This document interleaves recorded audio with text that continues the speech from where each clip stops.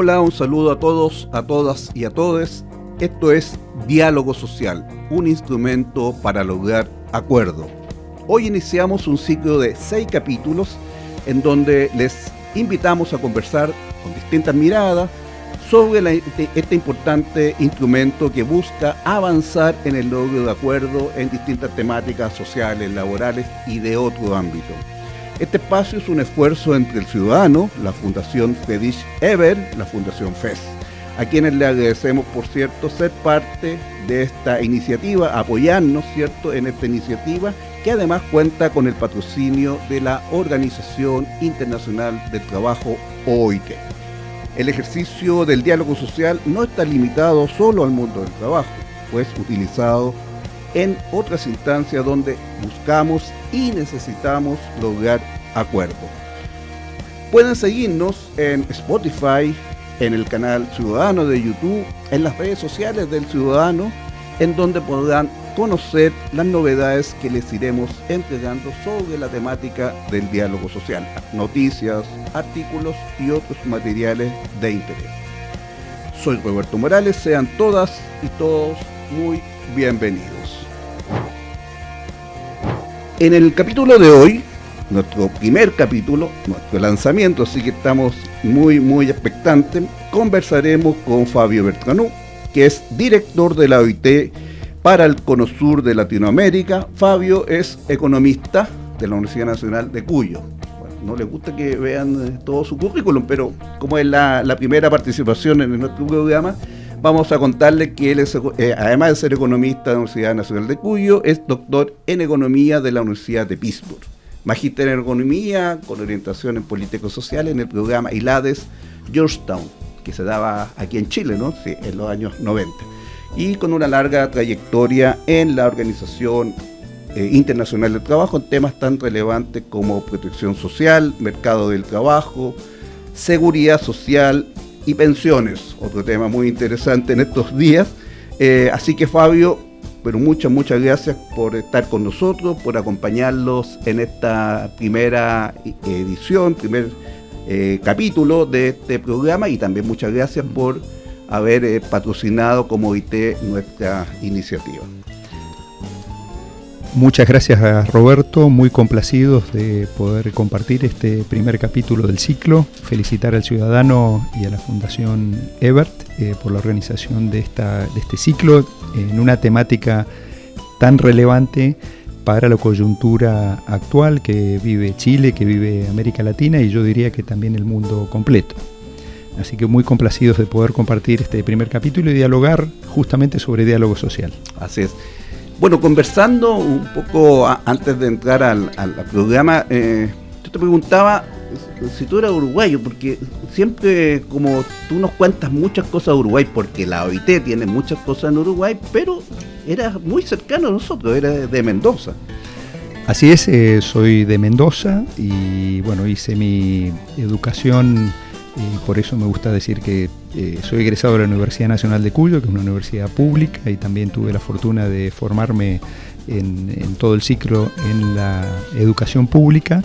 Y después tuve la oportunidad de venir a estudiar un posgrado en Chile, en un año muy importante, en el año 1990, cuando Chile estaba regresando a la democracia. Entonces tuve la fortuna de vivir estos primeros pasos institucionales en el marco democrático. Entonces tengo una gran cercanía con Chile, con los chilenos, chilenas, pero también con ese desarrollo institucional y esos esfuerzos que se han ido haciendo progresivamente para poder progresar no solamente económicamente, sino también desde el punto de vista social y las instituciones democráticas. Estás escuchando Diálogo Social, el mejor instrumento para lograr acuerdos, con Roberto Morales, una colaboración del Ciudadano y FES. Además lo hiciste en ILADES, que es un programa histórico en ese momento con Georgetown, que quizás la antecesora de la Universidad Alberto Hurtado, ¿no? Así, era un programa muy importante, que era de muy buena calidad además, yo me acuerdo mucho de eso. Fabio, tú tienes hijos, ¿no?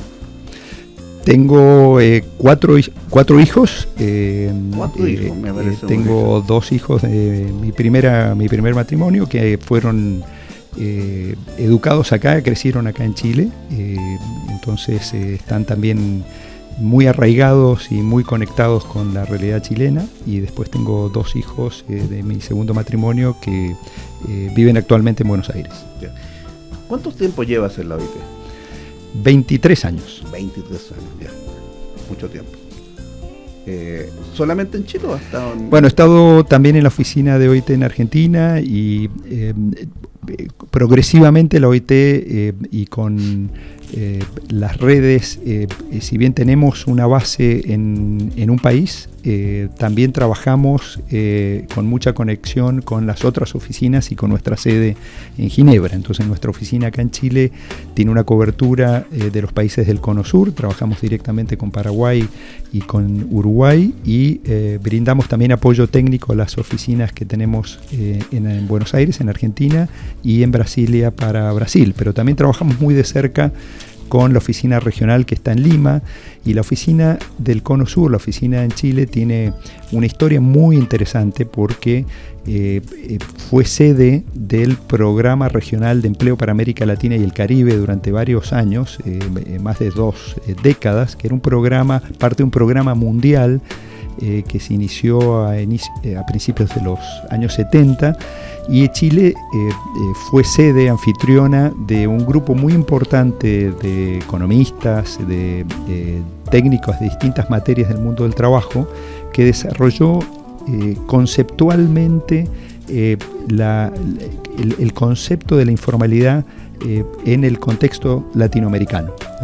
Este fue un grupo liderado por Víctor Tocman y somos herederos de esa tradición de un análisis alternativo al mundo del trabajo, entendiendo las dinámicas propias que tienen las economías en nuestra región. Sí, muy bien. Bueno, contarle a quienes nos escuchan, Fabio es una persona que es muy querida aquí en Chile, muy amigo de los trabajadores, de los empleadores, así que un orgullo tenerlo acá. Hay otro antecedente ahora que tú estabas conversando de eso. Hay un antecedente que a mí me parece extraordinario, que un diplomático, abogado chileno muy querido, que además, don Juan Somavías, fue director general, es decir, el director a nivel mundial de la OIT, ¿no? Exactamente, también tenemos la fortuna desde la OIT en Chile de haber tenido al primer latinoamericano director general de la Organización Internacional del Trabajo, y también tenemos la herencia conceptual que trajo Juan Somavía a esta organización tripartita referida al trabajo decente, esta conceptualización del mundo del trabajo en sus distintas dimensiones que tienen que ver con el empleo, que tienen que ver con la protección social, que tienen que ver con los principios y derechos fundamentales en el trabajo, y finalmente el diálogo social, estas 4 pilares que conforman este concepto de trabajo decente, que hoy es parte no solamente del marco de trabajo de la OIT, sino que también ha sido adoptado por el Sistema de Naciones Unidas en la Agenda 2030. Perfecto. Ya que estamos en eso, quizás podrías contarle a nuestros auditores, quienes nos escuchan, también nos ven, nos escuchan y nos ven, un poco de la OIT, porque siempre llama la atención que la OIT es una organización del año 1919, hoy día es una agencia especializada de Naciones Unidas, pero Naciones Unidas nace en el 45, en 1945. Cuéntanos un poco de la OIT, así brevemente, para que todos quedemos informados. Bien, efectivamente, la Organización Internacional del Trabajo actualmente es un organismo o una agencia especializada del Sistema de Naciones Unidas en las temáticas del mundo del trabajo, pero tiene una existencia que precede al mismo Sistema de Naciones Unidas, ya que fue creada en 1919 bajo el alero del Pacto de Versalles, que es el acuerdo multilateral que surge luego de la Primera Guerra Mundial. Tenemos que contextualizarnos en esa época en donde Europa había quedado devastada por la Primera Guerra Mundial y también, especialmente Europa, pero en otras regiones del mundo, había una gran preocupación y una inquietud de las consecuencias que estaba teniendo el desarrollo económico, especialmente la industrialización, en las condiciones de trabajo y los efectos que tenían en la población trabajadora. A partir de un acuerdo de las Naciones se funda esta organización, que es la primera organización que tiene una gobernanza tripartita. ¿Qué quiere decir esto? Que los constituyentes o los mandantes de esta organización no solamente son los gobiernos como otros organismos internacionales, sino que también participan con sillas y votos las organizaciones de empleadores y las organizaciones de trabajadores. Entonces uno podría decir que la OIT es prácticamente la primera y dentro de las organizaciones internacionales la única que está fundada justamente en un mecanismo de diálogo social tripartito. Estás escuchando Diálogo Social, el mejor instrumento para lograr acuerdos, con Roberto Morales, una colaboración del Ciudadano y FES. Eso es muy interesante. A mí me tocó, tuve la suerte de participar en una de las conferencias que se hacen en Ginebra, que es una vez al año, donde efectivamente se veía ahí en las grandes salas, ¿no?, representantes de los tres sectores, y donde votaban de manera paritaria, no habían votos más importantes que otros, para lograr acuerdos, para aprobar normas, etcétera, y era un tema muy interesante. Y cómo efectivamente detrás de bambalina había mucho trabajo entre las delegaciones para lograr acuerdos y alcanzar algunos elementos que son bien importantes, sobre todo el tema normativo, ¿no?, de la OIT. Exactamente. La organización inicialmente surge como una agencia que tiene como propósito la construcción de un sistema normativo internacional para el mundo del trabajo. Entonces, originalmente la función normativa era el centro del trabajo tripartito, ¿no? Tratar de construir un marco normativo a través de convenios internacionales y recomendaciones que permitieran a los países actualizar, modernizar, expandir las normas internacionales del trabajo para regular las relaciones de trabajo y las condiciones de trabajo en esa época. Entonces, las primeras prácticamente 3 décadas de la OIT, el foco estuvo concentrado en el desarrollo de ese marco normativo. Una vez que la OIT entra al sistema de Naciones Unidas y se integra como agencia especializada, se agrega una función muy importante que es la cooperación técnica para el desarrollo. En ese sentido, la OIT pasó a tener también mucha relevancia en apoyar a los gobiernos en conjunto con trabajadores y empleadores en desarrollar la institucionalidad del trabajo. En América Latina hay una huella muy importante. Si bien acá en el Cono Sur ya teníamos desarrollada la institucionalidad laboral, ya existían los ministerios de trabajo o las direcciones del trabajo, en otras regiones como los países andinos, Centroamérica, era mucho más incipiente el desarrollo de la institucionalidad y ahí la OIT tuvo un rol protagónico en apoyar el desarrollo de la institucionalidad, ¿no? Generar, por ejemplo, los primeros sistemas de información laboral, apoyar la creación de los primeros institutos nacionales de formación profesional, las instituciones de seguridad social y, por supuesto, expandir, fortalecer y modernizar las direcciones del trabajo. Sí. Es muy interesante a quienes les guste un poco más la historia. Yo he leído, he visto hartas cosas que además está muy disponible en distintas páginas. La historia de la OIT, porque como tú señalas, en el año 19 nace para enfrentar una coyuntura mundial que era muy dramática, y a mí siempre me llama la atención el vocabulario que ya se usaba en ese momento de igualdad o la desigualdad, la inclusión en el trabajo, eliminar la explotación, etcétera. Muy, muy interesante.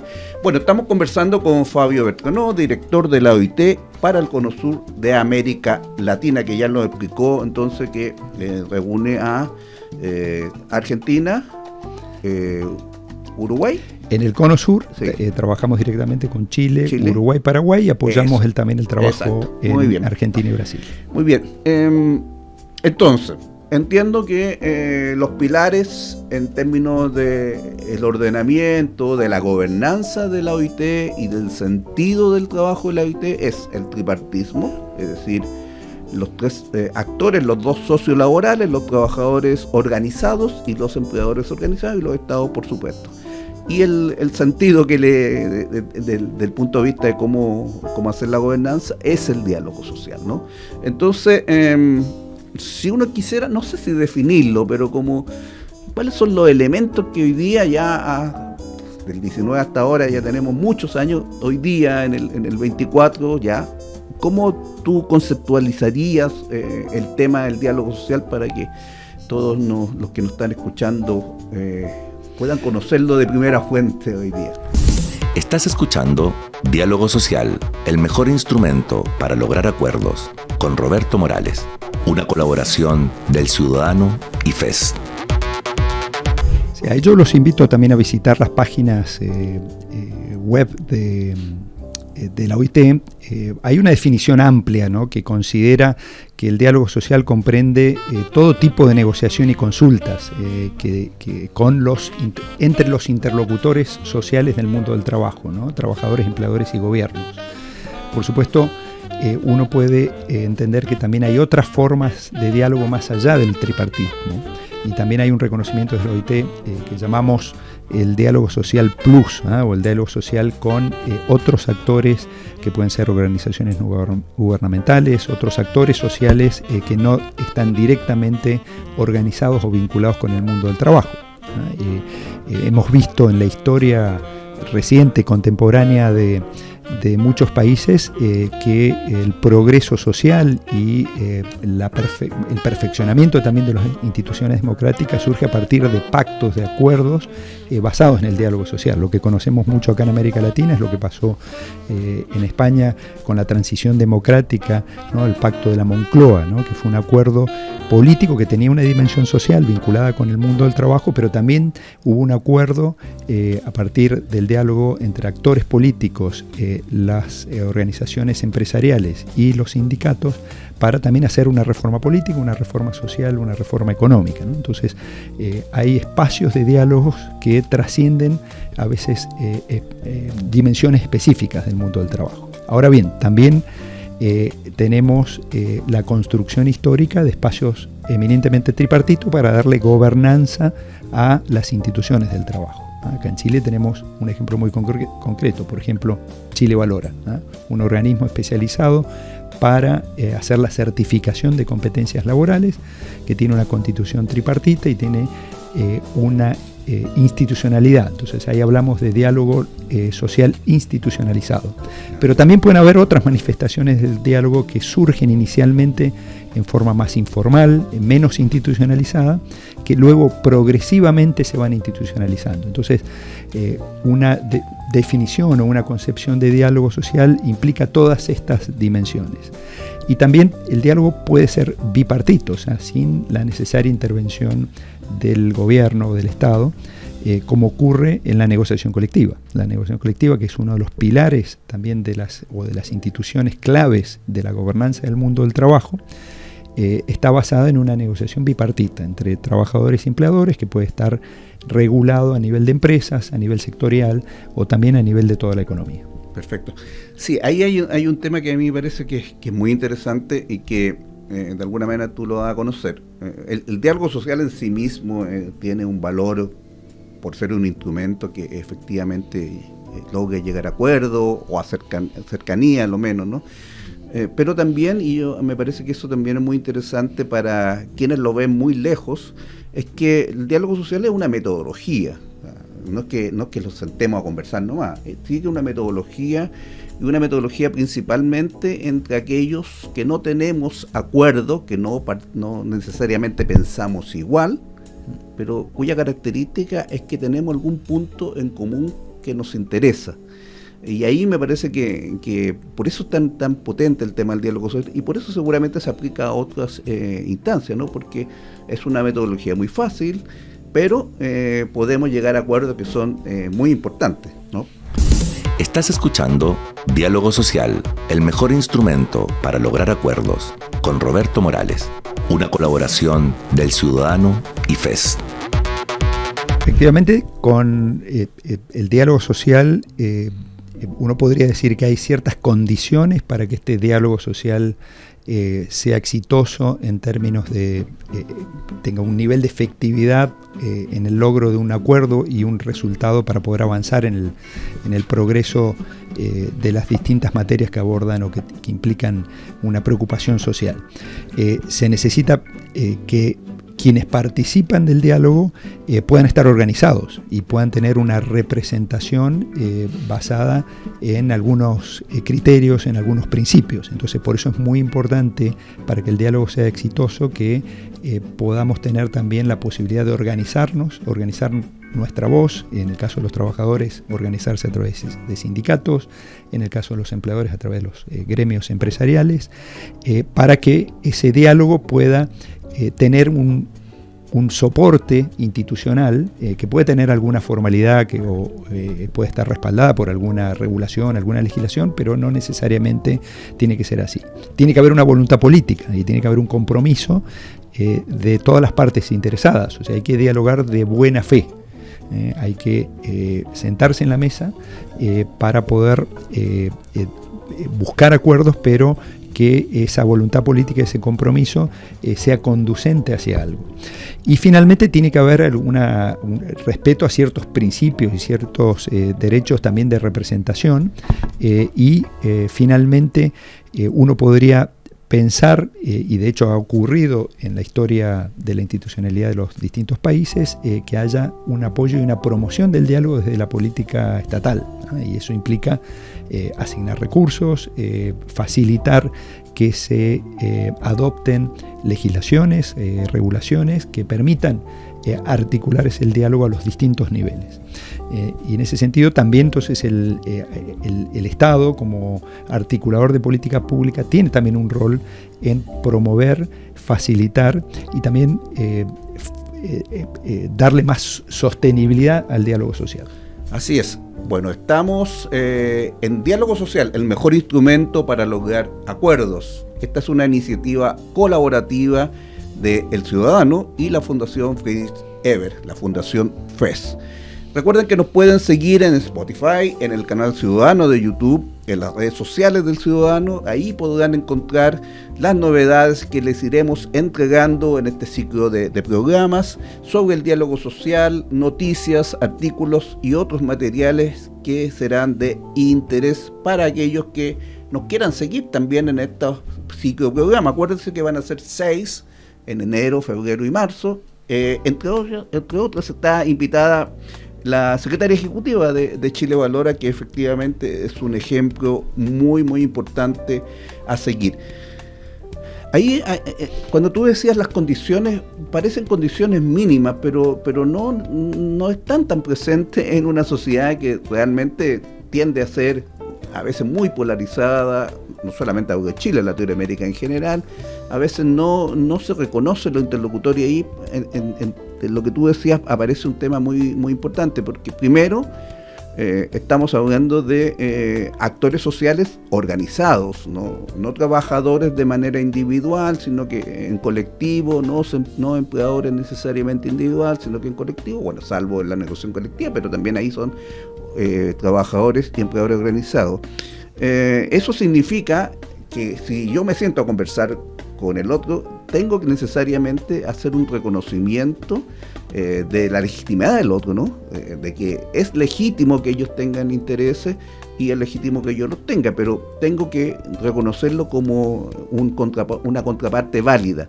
Ese que es un punto que parece obvio, no es tan obvio cuando tú tienes que conversar sobre temas que a veces son muy, muy complejos, ¿no?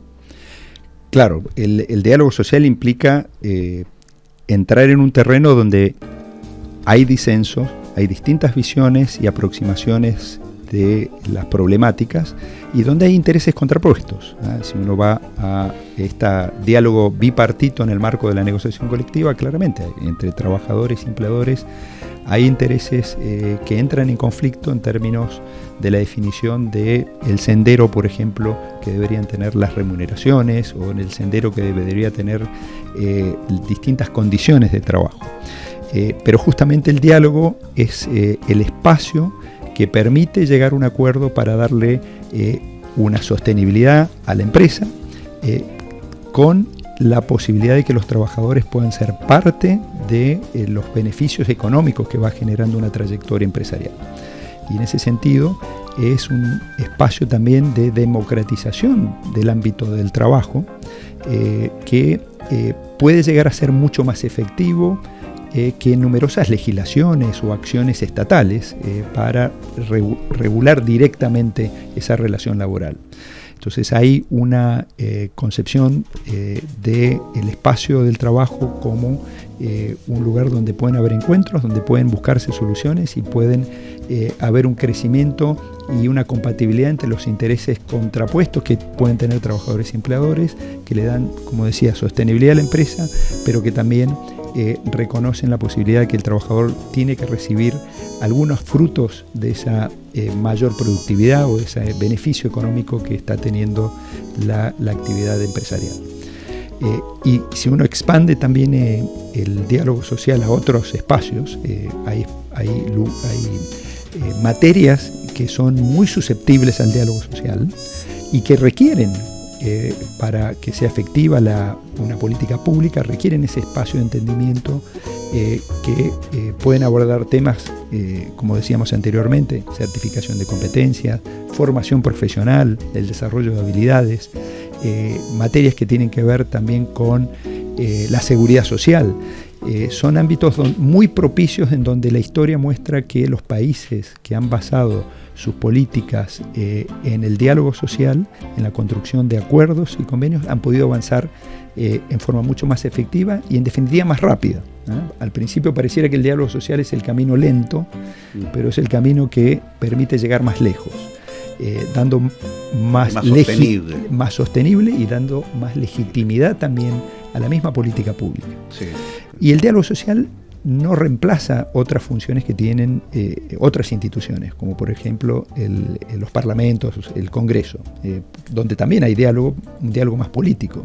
Pero también el diálogo social puede hacer una contribución muy importante para que los actores políticos puedan llegar a acuerdos políticos y adoptar legislaciones, ¿no? Entonces es muy común encontrar en la historia de la normativa sobre el mundo del trabajo en muchos países en donde los acuerdos que han surgido de un diálogo tripartito tienen un trámite parlamentario mucho más rápido, ¿no? Porque los acuerdos políticos son más fáciles de lograr cuando vienen con un reconocimiento que ha habido un acuerdo entre trabajadores y empleadores. Estás escuchando Diálogo Social, el mejor instrumento para lograr acuerdos, con Roberto Morales, una colaboración del Ciudadano y FES. Ese es un dato muy interesante y muy importante porque en general en sistemas sociales, políticos, más democráticos, obviamente va a haber más espacio para generar diálogo social, del diálogo social tripartito o el diálogo social más plus. Yo tengo la sensación que ahí los sistemas políticos en general también tienen un poco lejanía, ¿no? Debieran involucrarse mucho más en estos procesos porque mientras más participación, los insumos son más importantes y la legitimidad de lo que se pueda generar en leyes también es mucho más importante. Así que ahí hay un tema también al mundo político, a los sistemas políticos que consideren más esto, lo miren más y se apoyen más sobre todo en los insumos que se pueden generar y que son a veces muy importantes. Bueno, recordarle que estamos con Fabio Bertrano, que es director de la OIT para el Cono Sur de América Latina, y que estamos en Diálogo Social, el mejor instrumento para lograr acuerdos, que es una iniciativa colaborativa de El Ciudadano y la Fundación Frederick Ebert. Fabio, para compartir algunos ejemplos que a ti te parecen destacados, importantes, para darnos una idea ya en la mirada práctica, que son interesantes de compartir con quienes nos escuchan. Bueno, en lo que llamamos el diálogo social institucionalizado, hay varios ejemplos, y Chile progresivamente ha ido construyendo una institucionalidad que por supuesto tiene muchos desafíos actuales y todavía tenemos un largo recorrido para seguir trabajando. Yo diría que la institucionalidad del Consejo Superior Laboral, que fue introducido por la reforma laboral que se hizo en la gestión de la presidenta Bachelet, fue un avance muy importante para institucionalizar un diálogo tripartito y un mecanismo de gobernanza de muchas materias laborales, y que en los últimos meses, en los últimos años, ha tenido un protagonismo muy importante. Por ejemplo, un acuerdo reciente que surge a través de una de las subcomisiones que tiene el Consejo Superior Laboral, la subcomisión de minería, acordó promover la ratificación del convenio 176, un convenio muy relevante que tiene que ver con la seguridad en la actividad minera, la seguridad y salud en el trabajo en la actividad minera. Entonces ahí uno puede tener ejemplos de diálogo institucionalizado donde los actores de la minería tuvieron conversaciones y llegaron a un acuerdo que fue, no estuvo librado de distintas opiniones, divergencias de los alcances de este convenio y de el impacto que podía tener en las operaciones de las distintas actividades mineras, que está conformada también por un entramado productivo muy complejo con empresas grandes, empresas pequeñas, empresas medianas. Pero el diálogo social justamente permitió llegar a ese acuerdo de los alcances que podía tener la aplicación, la adopción de este convenio, y hoy se encuentra en el Congreso muy pronto para su ratificación. También el haber llegado con este acuerdo tripartito en el Consejo Superior Laboral también ha facilitado justamente ese proceso en el Congreso para su ratificación. Así que estamos muy deseosos de que se pueda concretar, porque esto va a implicar también después darle más seguridad y más tranquilidad a aquellos trabajadores y trabajadoras que están en un sector tan importante para la economía chilena y donde los costos en términos de vidas perdidas, si bien tienen una incidencia relativamente pequeña, cualquier costo de una vida es una pérdida muy importante para las familias y un peso también para la industria, porque la industria es una industria que está muy integrada al comercio internacional y a las exportaciones y requiere mostrar que tiene estándares de seguridad y salud en el trabajo del primer nivel. Entonces, en ese sentido, ahí tenemos un ejemplo muy concreto. Como decía, también hay otros ámbitos como la política de seguridad y salud. También actualmente, y se está reeditando el capítulo para la construcción de una política nacional de seguridad y salud en el trabajo, donde ha habido una activa participación de representantes de trabajadores y empleadores, no solamente a nivel nacional, sino que también a nivel regional. Entonces, ahí hay también una dimensión que permite el diálogo social en estructurar también una representación en las regiones. En el caso de Chile, esta serie de diálogos que hubo para la construcción de la Política Nacional de Seguridad y Salud en el Trabajo ha sido también muy fructífero, porque ahí vivimos en un país muy heterogéneo, donde hay realidades del mundo del trabajo muy distintas en el norte, en el sur, en la región central.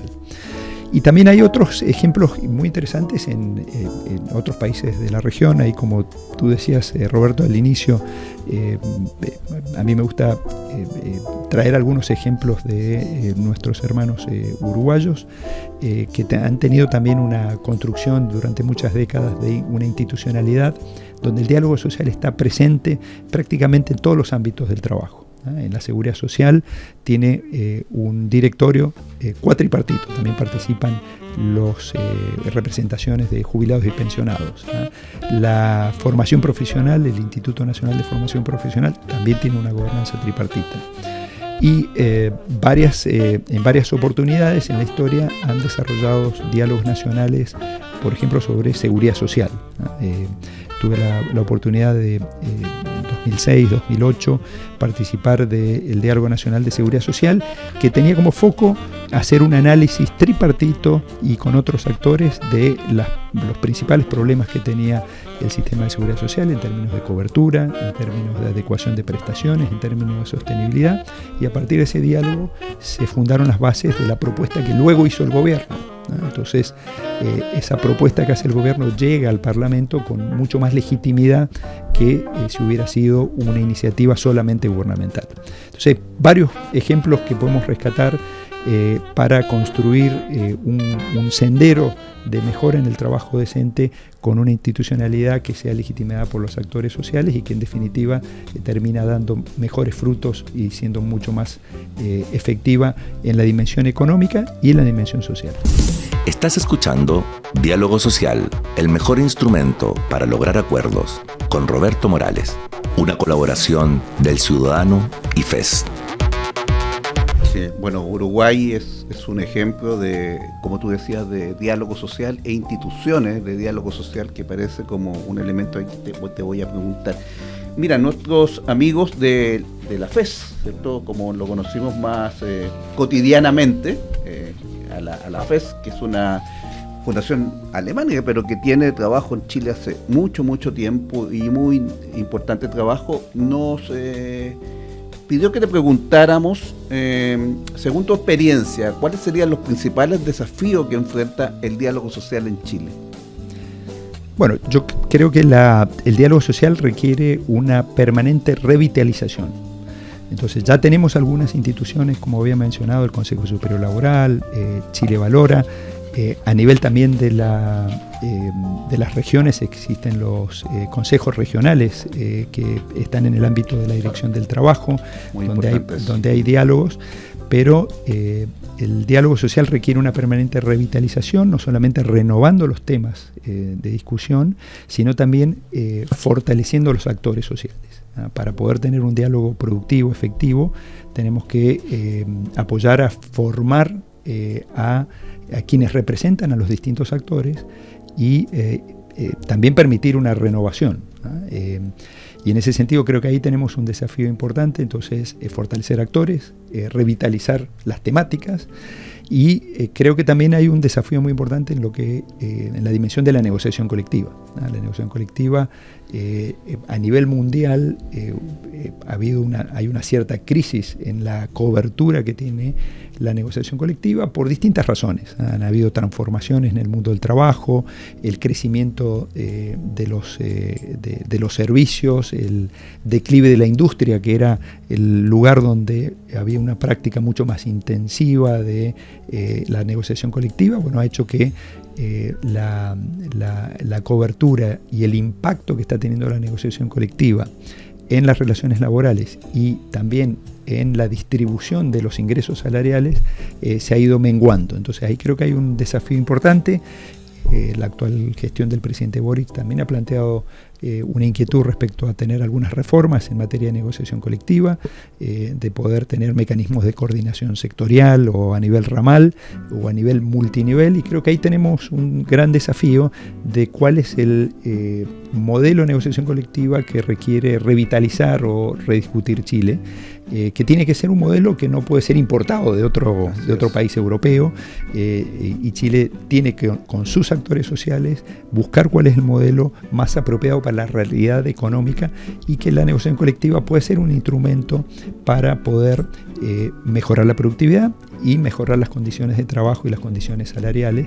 En ese sentido, hay dos caras de una misma moneda y un interés común entre trabajadores y empleadores para poder perfeccionar este instrumento. Creo que ahí hay un desafío muy importante y desde la OIT estamos disponibles y atentos para trabajar con los actores tripartitos en esta materia. Sí, ahí, aunque como bien señalas tú, porque no se pueden importar modelos de otras realidades, sí es interesante ver algunos estudios que la OIT tiene y que muestran empíricamente que efectivamente esos dos grandes elementos que tú decías, la productividad, que en Chile tenemos un grave problema de productividad, y las mejores condiciones laborales se pueden lograr a través de procesos interesantes, profundos sobre diálogo social, pero particularmente la negociación colectiva.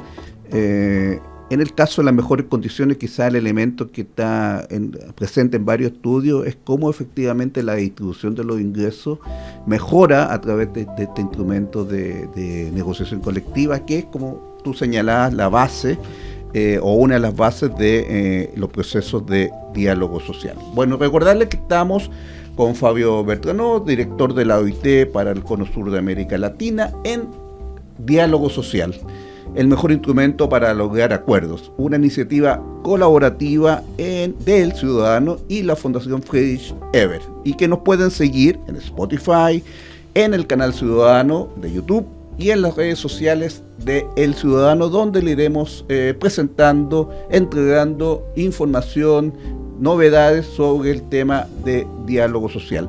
Para ir terminando, una de las cosas que a mí me llama la atención, y que tú algo decías de Uruguay, es la falta de institucionalidad, no voluntaria, o no decisiva, porque eso existe en Chile, pero aquellas instituciones que sean más bien resolutivas, ¿no? Que yo entiendo, el único caso, y que vamos a profundizarlo en algún momento, es la institución de Chile Valora, pero de otras instituciones, más bien son instituciones consultivas, ¿no?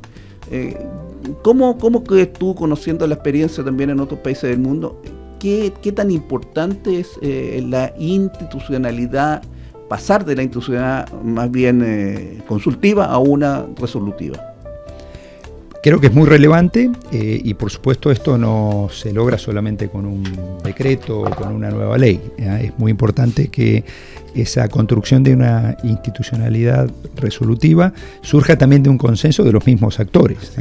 Poder incluir una gobernanza tripartita en la formación profesional, ¿no?